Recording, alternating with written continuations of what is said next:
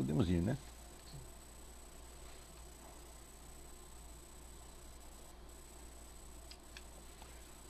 Então vamos lá. Boa noite a todos, sejam bem-vindos. Hoje eu queria voltar a um tema que foi um dos primeiros desse curso e que surge a propósito do exercício necrológico, ao qual se refere, vamos dizer, ao ideal, ao modelo de vida que cada um tem em vista. A vida humana é constantemente impelida pela imitação de modelos. Desde que você nasce, você começa imitando alguém que lhe parece superior ou admirável e que expressa de algum modo o que você desejaria ser. Esses modelos eles mudam muitas vezes na vida, né? Depende, seus ideais não são os mesmos aos 3 anos, aos 13, aos 30 e assim por diante. Mas ao longo do tempo algumas linhas gerais vão se condensando de modo que você pode chegar a uma conclusão do que você quer ser quando crescer. Em geral, esses modelos, na nossa sociedade, eles se expressam de duas maneiras. O ideal de trabalho, o emprego que você pretende ter, já que a maioria das pessoas são empregadas em alguma coisa, e o casamento, quer dizer, com quem você pretende casar, como você pretende que seja a sua vida familiar, etc. Claro, existem outras variáveis, mas em geral, o que se entende por modelo ideal de vida na sociedade moderna, em geral, é isso aí. Por isso mesmo foi que, ao formular o exercício, eu pedi que vocês não imaginassem o seu futuro em termos sociais, em termos, vamos dizer, da posição obtida, ou do reconhecimento, ou da felicidade alcançada, mas exclusivamente em termos de quem vocês pretendiam ser. Esse quem, evidentemente, ele independe de quaisquer condições externas. Se o sujeito diz, olha, eu quero ser um sujeito, vamos dizer, corajoso, leal, etc., etc., isso, evidentemente, não depende de emprego, não depende de casamento, não depende de que nada se realize. Mesmo que tudo dê errado, você vai continuar querendo ser aquela coisa. Não é isso? Na verdade, formular o seu ideal de vida nestes termos, do quem é a única coisa realizável, porque tudo mais depende de fatores que não estão ao seu controle. E, evidentemente, nós não podemos incluir num projeto de autoconhecimento aquilo que não está ao nosso controle e que nós não podemos prever absolutamente. O simples fato de que, por exemplo, nas escolas, as pessoas comecem a se preparar aos 7, 8 anos para uma situação futura que os seus professores desconhecem completamente, já é causa de uma infinidade de conflitos. Quer dizer, quando você está pronto para alguma coisa, essa alguma coisa já não tem a relevância social que tinha, né? A situação pode ter mudado. E, de modo geral, quanto mais, vamos dizer, concreto e socialmente localizado for o modelo, maior a possibilidade de fracasso, evidentemente, porque a sociedade humana nunca está à nossa mercê. E, ao contrário, quanto mais, vamos dizer, parece contraditório que eu vou dizer, mas genérico e individualizado, isso é, quanto mais definido em termos de um puro quem, ou seja, de qualidades pessoais, maior, evidentemente, a possibilidade de sucesso, porque você não depende de absolutamente nada. Não é isso? Aquelas pessoas, por exemplo, que se dedicaram à conquista da santidade e morreram como mártires, tudo estava contra, e justamente por estar contra, isso nada podia fazer contra o seu projeto de morrer como mártires, né? Então, a oposição e a dificuldade, elas deixam de ter qualquer significação. Em última análise, o único projeto de vida que funciona é aquele que você faz perante Deus e perante mais ninguém. Quer dizer, Deus sabe quem você quer ser, e é isso que você quer ser, ainda que isso tudo esteja contra e ainda que ninguém esteja sabendo o que você está fazendo, porque não depende de nada, não depende de ninguém. Em suma, você está fazendo um projeto de vida com vistas à próxima vida, e não a esta. E isto nós podemos dizer que, se seguido seriamente, isto é praticamente infalível. No entanto, nós sabemos que na nossa sociedade não é assim que as pessoas formulam os seus os seus desejos, não é isto? Os seus projetos de vida. Quando você pergunta o que você quer ser, as pessoas respondem com o nome de profissão ou com o nome de uma posição na sociedade. Não é isso? Por exemplo, se o sujeito quer ser rico, eu digo, bom, ninguém é rico por decisão própria apenas. A riqueza, ela vai e vem conforme uma série de fatores que, de fato, não estão à mercê de ninguém, né? Sobretudo na economia atual, que é tão complexa e incontrolável, tá certo? Ou se você disser, eu quero ser engenheiro, eu quero ser médico, eu quero ser, sei lá, analista de sistemas, qualquer coisa assim, tudo isto depende de fatores externos. Então nós podemos dizer que este não é propriamente um projeto de vida, tá certo? Este é um projeto de inserção na sociedade. Você está definindo o lugar que você deseja ocupar numa sociedade que, por ser futura, você não conhece ainda. Então, existe sempre aí uma defasagem, evidentemente, entre a sua posição tal como você a imagina agora e as posições disponíveis que haverá na sociedade quando você chegar lá. Tá certo? Isso, evidentemente, é uma fonte de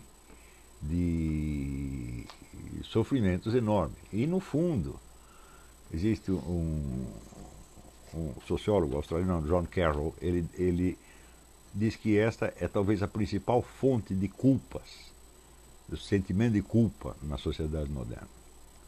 E ele distingue muito bem entre o que é a culpa moral e o que ele chama de culpa disposicional, que nós mais corretamente chamaremos de culpa estrutural ou culpa permanente. A culpa moral é quando você faz algo que viola o seu código moral explicitamente, e já a culpa moral é perfeitamente conhecida, quer dizer, você sabe o que você fez de errado, certo? Mesmo que você depois reprima e entre naquele processo descrito lá pelo Igor Caruso, a repressão da consciência moral, é impossível que a sua culpa moral não passe pela sua consciência nem um único minuto. E a culpa moral se refere sempre a um ato em especial, algo que você fez e que achava que não deveria ter feito. E a culpa que ele chama de disposicional, que eu vou chamar de estrutural, é aquela culpa permanente que está no fundo de tudo. E que, na verdade, é menos um sentimento de culpa do que um medo de ter sentimento de culpa. Isto é provavelmente o mal mais disseminado na sociedade contemporânea. E justamente o jogo entre a culpa estrutural e a culpa moral é que faz com que a culpa moral seja muito mal conscientizada e mal trabalhada. Quer dizer, como existe, vamos dizer, uma culpa profunda, então esta culpa aflora quando aparece também a culpa moral. E as duas, de certo modo, se superpõem e se confundem. Tá certo? Então, esta culpa estrutural, ela reflete sempre uma falha existencial, um fracasso existencial que você está vivenciando perante os seus próprios olhos. Mesmo que ninguém saiba, você se sente um fracasso. Esse fracasso pode, numa primeira abordagem mais superficial, nós podemos dizer que ele é o fracasso em realizar o modelo escolhido. Quer dizer, é muito fácil você conceber um modelo e você se imaginar naquela situação, porém, o jogo da vida contém milhares de imprevistos, existe a rotina, existe a chatice do dia a dia, existe a mediocridade do meio, existem milhões de fatores, tá certo? Seria interessante, até outro dia alguém lembrou no Facebook, ler o livro O Feijão e o Sonho, do Origenes Lessa, que é um sujeito que quer se tornar escritor, mas ele está numa pindaíba desgraçada, a mulher dele está grávida, a mulher só reclama, enfim, é como, vamos dizer, a vocação do negro vai sendo esmagada por uma série de fatores adversos de ordem imediata e deprimente. Porém, nem sempre a coisa é assim, quer dizer, nem sempre esse sentimento de culpa estrutural vem de um fracasso explícito em realizar um ideal explícito. A coisa pode se complicar muito mais.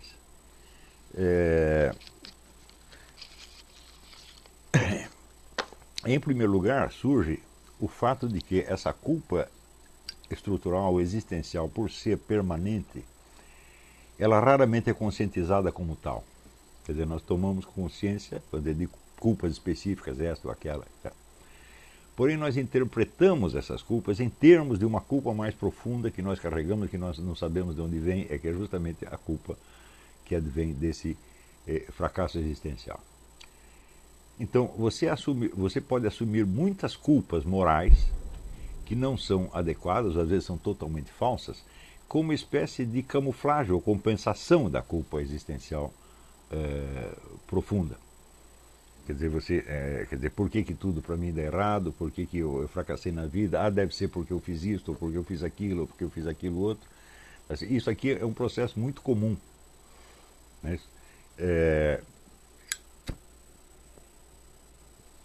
Então, no caso, o sentimento de fracasso, ele vem, o sentimento de fracasso, o medo da culpa, ele vem justamente da falha existencial que é permanente.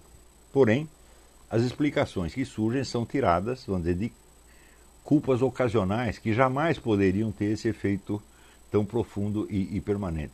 Isso é um dos fenômenos mais frequentes hoje em dia. Então, as pessoas acreditam, por exemplo, que elas estão se corrigindo, melhorando na vida, porque elas estão tentando se livrar das suas culpas morais, tá certo? E às vezes até vão na igreja, confessam, etc, etc. Mas isso realmente não adianta nada. Quer dizer, aquele negócio de quanto mais eu rezo, mais assombração aparece. Porque você não está confessando a realidade, você está confessando a camuflagem, você está confessando apenas a casca, a aparência. Né? Padre, eu fiz isso, eu fiz aquilo, etc, etc. Quando soma todas as suas culpas e você está absolvido todas elas, você continua se sentindo culpado. Tá certo? Então, existe, por um lado, uma culpa permanente, que é o que a igreja explica como o pecado original. E isso nós todos carregamos. Por exemplo, o simples fato de nós sabemos que vamos morrer já nos carimba como fracassados desde o início. Faça o que você fizer, vai dar errado, você vai morrer no fim. Tá certo? E isso existe num nível ainda mais profundo do que o fracasso existencial. Porém, o pecado original jamais foi, por si mesmo, uma causa de fracasso. Tá certo? Ao contrário, a própria luta humana para vencer as dificuldades e para obter sucesso é, de certo modo, uma luta contra as consequências do pecado original. Tá certo? E até a ideia mesma de você ter um projeto de vida, de para que você teria um projeto de vida se você não quisesse ser melhor do que é? E por que você quer ser melhor do que é se você não carrega uma culpa profunda, que é a culpa do pecado original? Não é isso? Então, eu não estou falando aqui do pecado original, estou falando da culpa existencial efetiva. Né? Então, além de haver esse problema, quer dizer, você tem três camadas. Você tem o pecado original, você tem a falha existencial e você tem as culpas morais. Tá certo? E essas culpas morais são usadas como camuflagem da falha existencial, e a falha existencial, por sua vez, pode ser uma camuflagem do pecado original. Né? Então, só por aí você já vê que, em geral, a consciência moral da quase totalidade das pessoas no mundo contemporâneo é enormemente confusa. Não é isso? Sobretudo, na medida em que o projeto de vida se baseia ou num modelo de trabalho, de emprego, ou modelo de casamento, portanto, em fatores totalmente externos. Quer dizer, só por esse fato, a autoimagem que o sujeito tem já está deslocada, porque ele está, de certo modo, se julgando em fator de algo que ele imagina que os outros vão pensar dele no futuro. Ou seja, ele já não tem controle sobre o que vai acontecer, quanto mais sobre o que os outros vão pensar. Tá certo? Se você deseja ter um sucesso no emprego, então você deseja ter uma boa remuneração, ser bem aceito pelos seus colegas, pelo seu chefe, etc, etc, etc. E se você deseja um bom casamento, é porque você deseja que uma mulher o ame naqueles termos e o satisfaça naquele ponto. Ou seja, tudo isso depende dos outros, no fim das contas. E o fracasso em obter essas vantagens, ele, de fato, é uma causa de culpa mais profunda e mais permanente do que as culpas morais propriamente ditas.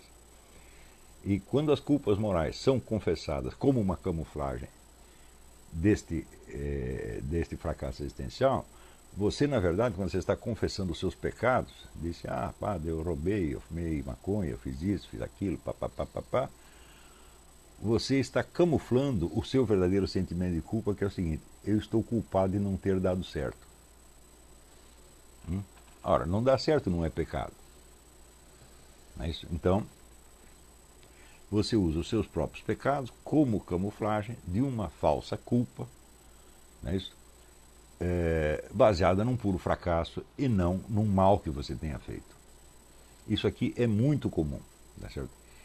E você vê que, sobretudo essas pessoas que aparecem com, vamos dizer, sentimentos cristãos exacerbados de condenação, de moralismo, etc, etc, em geral a cabeça delas é uma confusão nesse aspecto, que é uma coisa assim, uma verdadeira lata de lixo, né? E é claro que você não pode falar, por exemplo, não tem o menor sentido você falar de vida cristã se existe uma confusão moral, se existe uma falta de discernimento moral. Quer dizer, se não existe uma meditação profunda sobre a raiz das nossas culpas e quais são os erros que nós efetivamente fizemos e quando estamos nos culpando simplesmente de ter dado errado. Não é isso? Porém, esse dar errado ainda se complica mais pelo fato de que, no esforço de se autorrealizar e, portanto, alcançar um modelo, existe, evidentemente, o medo do fracasso. E o medo do fracasso, ele já faz você adaptar o modelo a certas circunstâncias limitadoras do mundo exterior. Então, isso quer dizer, você diminui, de certo modo, você atenua ou você degrada o seu modelo em função do que você considera que são as possibilidades reais de autorrealização numa sociedade dada.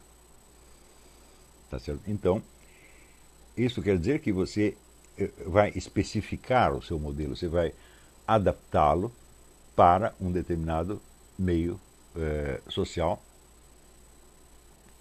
E então ele perde toda a qualidade, vamos dizer, de ideal, e ele se torna apenas uma ambição. Quer dizer, reduzir o seu ideal a uma ambição, então já é evidentemente você abdicar de ser qualquer coisa e você definir o seu futuro em termos apenas daquilo que você pretende ter ou obter. Não é isso? E aí, se nós fizermos, vamos dizer, um repertório de quais são os modelos diminuídos que uma pessoa pode adotar na sociedade, ou seja, já abdicando a ideia de ser alguma coisa, tá certo? Para poder se adaptar e obter sucesso numa situação de vida, se você fizer um repertório disso, você vai ver que os modelos dessa adaptação degradada são muitos. E praticamente são esses modelos os que estão disponíveis na sociedade brasileira hoje. Na sociedade americana menos, porque aqui você ainda tem um certo culto, vamos dizer, do heroísmo, do patriotismo, da religião, etc. No Brasil você já não tem mais. No Brasil os únicos modelos que sobraram já são modelos diminuídos, tá certo? Ao adotar um modelo diminuído, você sabe, de certo modo, que você já fez uma concessão ao mundo. Quer dizer, você já desistiu de qualquer tentativa séria de ser você mesmo, de ter qualidades humanas tais ou quais, e você trocou tudo isso, como dizer, por um prato de lentilhas, quer dizer, por um emprego. Então, o que eu quero ser? Eu vou fazer um concurso para o Banco do Brasil, eu vou ser vereador do PT, alguma coisa desse tipo, que lhe pareça ter alguma viabilidade de sucesso. Ao fazer isso, a pessoa já adquiriu uma culpa, não pelo fracasso em realizar um modelo, mas pela degradação do próprio modelo. E algumas desses modelos degradados, eles surgem. Eles não são tão vulgares quanto esses que eu estou falando, mas eles podem surgir, vamos dizer, com uma camuflagem de prestígio muito, muito grande. Não é isso? Então,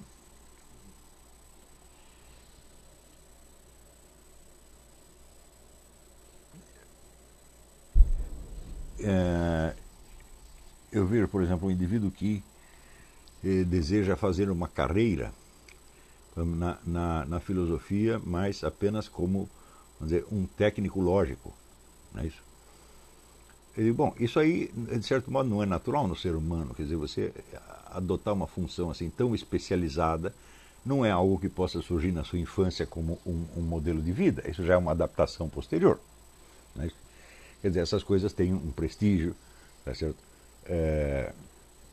Então, por exemplo, o desejo de ser um cientista, não no sentido, vamos dizer, da busca do saber, mas no sentido de uma determinada carreira, tá certo? E de ser aceito num determinado meio, né?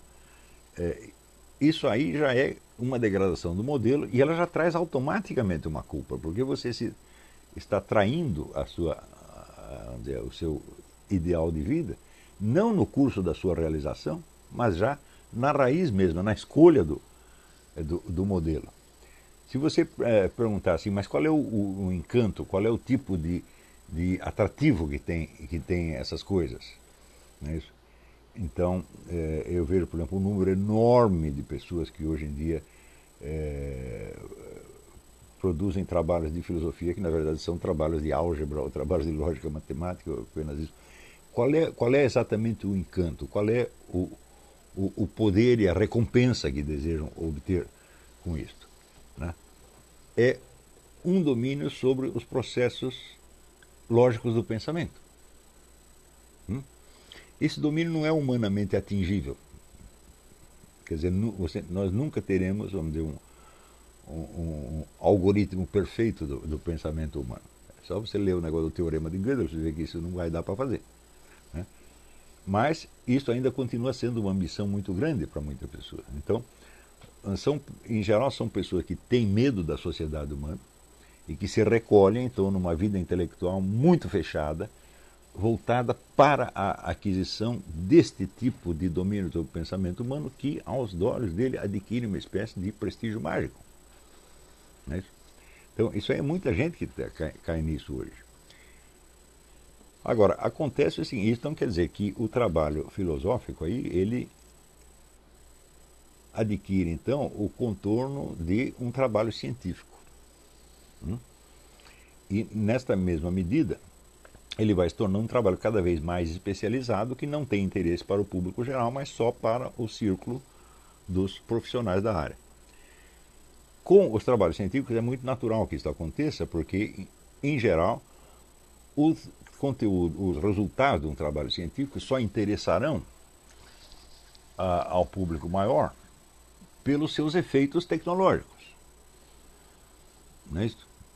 Quer dizer, não interessa que aquele trabalho seja lido por milhões de pessoas, mas ao contrário, que seja lido, por exemplo, por um empresário capaz de dar uma viabilidade industrial àquilo. Se aqui este sujeito lê o trabalho, está realizado, ele não precisa de um público enorme. Mas qual é a possibilidade de trabalhos de filosofia serem utilizados desta maneira? É mínima. Se você perguntar assim, quantos trabalhos filosóficos, né, resultaram em grandes inovações tecnológicas? Eu digo, bom, algumas conquistas da lógica matemática ajudaram na criação dos computadores. Mas isso já faz tempo, tá certo? E de milhões de trabalhos, só 1 ou 2 serviram para isso. Então, isso quer dizer que este tipo de enfoque reduz a pessoa ao sonho de dominar uma espécie de universo abstrato que só vai existir na cabeça dela e de mais meia dúzia de pessoas e que não terá consequência social absolutamente nenhuma. Então é a busca de um falso poder. A pessoa que se dedica a isso, ela já carrega uma culpa o tempo todo, porque o seu próprio projeto de vida já é uma falsidade. E é evidente que o próprio domínio técnico que ela vai adquirindo sobre aquilo funciona como uma camuflagem maior ainda. Então, eu imagino assim, o que pode ser a consciência moral de uma pessoa dessas? É uma confusão, uma trama assim tão confusa de pretextos e de falsificações que não dá para você desmontar. Levaria anos para você analisar um nego desse. Tá certo? Né? Aí é como dizia o Dr. Miller com certos neuróticos que apareciam lá, falando, oh, você deve ser um gênio, porque para inventar uma neurose desse tamanho não é qualquer um, você tá entendendo? Então, o número desses problemas, vamos dizer, de culpa, ou de fuga da culpa, ou de medo da culpa, que aparece nas discussões públicas é enorme, enorme. Isso não só com relação a esse tipo de pessoas, mas, por exemplo, aqueles que fazem como projeto de vida dedicar-se a uma determinada causa. Esta causa, então, se incorpora na sua personalidade, tá certo? Como sendo, vamos dizer, a verdadeira justificação da sua vida. Isso quer dizer que a causa em si não pode ser discutida jamais. Porque ela não é uma ideia que você, uma crença que você adquiriu, uma ideia que você adquiriu. Não, ela é uma parte da sua personalidade. Ela é você mesmo de algum modo. Tá certo? Então ela não pode ser questionada, porque questioná-la seria tirar, vamos dizer, a base sobre a qual você construiu sua vida. Tá certo? Então, quando pessoas desse tipo entram numa discussão pública, discussão ideológica, política, etc., elas estão numa atitude de autodefesa radical permanente. Tá certo? Então isso quer dizer que você, é por isso mesmo que você não pode contar com a eficácia da argumentação racional nesses casos. Você não está tentando mudar uma ideia do sujeito, você está desmantelando a personalidade dele. E esse é o risco, tá certo? Então, ontem mesmo alguém me perguntou no Facebook o que eu achava do argumento do Alvin Plantinga sobre a existência de Deus. O argumento é muito engenhoso, tá certo? Mas eu digo, olha, se você parte do conceito de um ser maximamente perfeito, o que quer dizer maximamente perfeito? Quer dizer, perfeito, vamos dizer, é uma medida quantitativa de uma qualidade. Não é isso? E você nem definiu a qualidade e também a quantidade daquilo, você está dizendo que a quantidade é infinita. Quer dizer, a quantidade infinita de uma qualidade desconhecida. Como é que você vai se virar com um conceito desses? Então, é por isso mesmo que o conceito de maximamente perfeito, ele não pode ser apreendido de maneira puramente conceptual. Então, por exemplo, o que você concebe como maximamente perfeito num determinado instante pode não ser o que você vai conceber como maximamente perfeito dali a pouco. Quer dizer, a sua percepção da perfeição pode ter ela mesma se aperfeiçoado. Isso de fato acontece na vida. Isso quer dizer que você apreender o conceito de maximamente perfeito, ou o conceito, ou, vamos dizer como Platão, o supremo bem, tá certo? O supremo bem não é uma coisa que você possa comprar no seu supermercado, ou onde é uma ideia simples que você possa possuir. Como você não é o supremo bem, como você não é o maximamente perfeito, então o maximamente perfeito é necessariamente uma coisa que está acima de você e que você não concebe ainda. Então, não há nenhum jeito de você conceber o maximamente perfeito sem você, de algum modo, se esforçar para se aproximar dessa perfeição inatingível. Portanto, o conceito do maximamente perfeito só pode ser apreendido mediante uma ascese. É um negócio da teologia catafática. Né? Você tem a teologia apofática, que é a teologia negativa, onde você tenta conceber Deus distinguindo-o de todas as demais coisas, Deus não é isso, Deus não é aquilo. Existe a teologia catafática, que quer dizer além. Né? Então, Deus é melhor. É como na expressão islâmica, Allahu Akbar. Akbar não é grande, Akbar é maximamente grande. Né? Grande é Kabir. Né? Akbar é um superlativo. Então, quando o sujeito diz isso, bom, é grande quanto? Quer dizer que só para o nego entender o que ele está dizendo quando ele diz Allahu Akbar, ele precisaria uma ascese, ele precisaria ser capaz de conceber um bem que é maior do que o maior bem que ele consegue conceber. E isso é toda uma vida de ascese. Isto vamos dizer, a busca de você ter um vislumbre da perfeição divina. Ou seja, Deus é melhor do que você tinha pensado. Quanto melhor. Por exemplo, se uma pessoa te pede dinheiro emprestado, você dá o dinheiro. Isso quer dizer que você é bom. Deus é bom assim? Não, não é. O que ele está te prometendo é um bem infinito. Hã?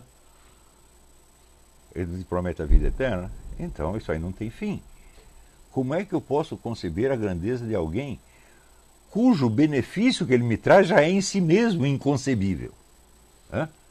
Então, conceber o maximamente perfeito é uma vida de ascese, é uma vida de prece, é uma vida de confissão. Agora você ajunta meia dúzia de lógicos e diz, vamos averiguar se o argumento do Alvin Plantinga é válido. Eles não sabem, literalmente, o maximamente perfeito que eles falam não tem conteúdo, não é nada, é apenas um flatus vocis. E eles ficam tratando então, da estrutura lógica do argumento. Eu digo, mas isso é uma diminuição da mente humana. Hã? Não é isso? Isso é um estreitamento da mente humana. Há seu aspecto meramente operacional, fazendo abstração da possibilidade de ele conhecer o conteúdo ou a coisa a qual está se referindo. Então é claro que isso é uma atividade diminutiva da mente. Quanto mais diminutiva, maior o controle intelectual que você tem sobre ela. E esse controle intelectual, então, dá para essas pessoas a impressão de rigor, de controle, tá certo? E vem toda essa pataquada que eles falam das ciências duras. Né? Então, nesse caso, quanto mais dura esta ciência, menos o sujeito sabe do que está falando. Porque o objeto do qual ele está falando não é um conceito de ciência dura, mas algo que só pode ser alcançado por aquilo que o Mário Ferreira dos Santos chamava tímese parabólica. Tímese é a avaliação de uma qualidade. Mas é parabólica por quê? Porque descreve uma parábola. Você não consegue chegar ao objeto que você está tentando alcançar. Você se aproxima, e depois se aproxima de novo, e de novo, e de novo, e isto nunca termina. E isto é a vida espiritual propriamente dita. Então, só isso pode lhe dar, vamos dizer, um vislumbre do que você está querendo dizer quando diz maximamente perfeito. Mas quando a abordagem é puramente lógica, não é possível fazer isto.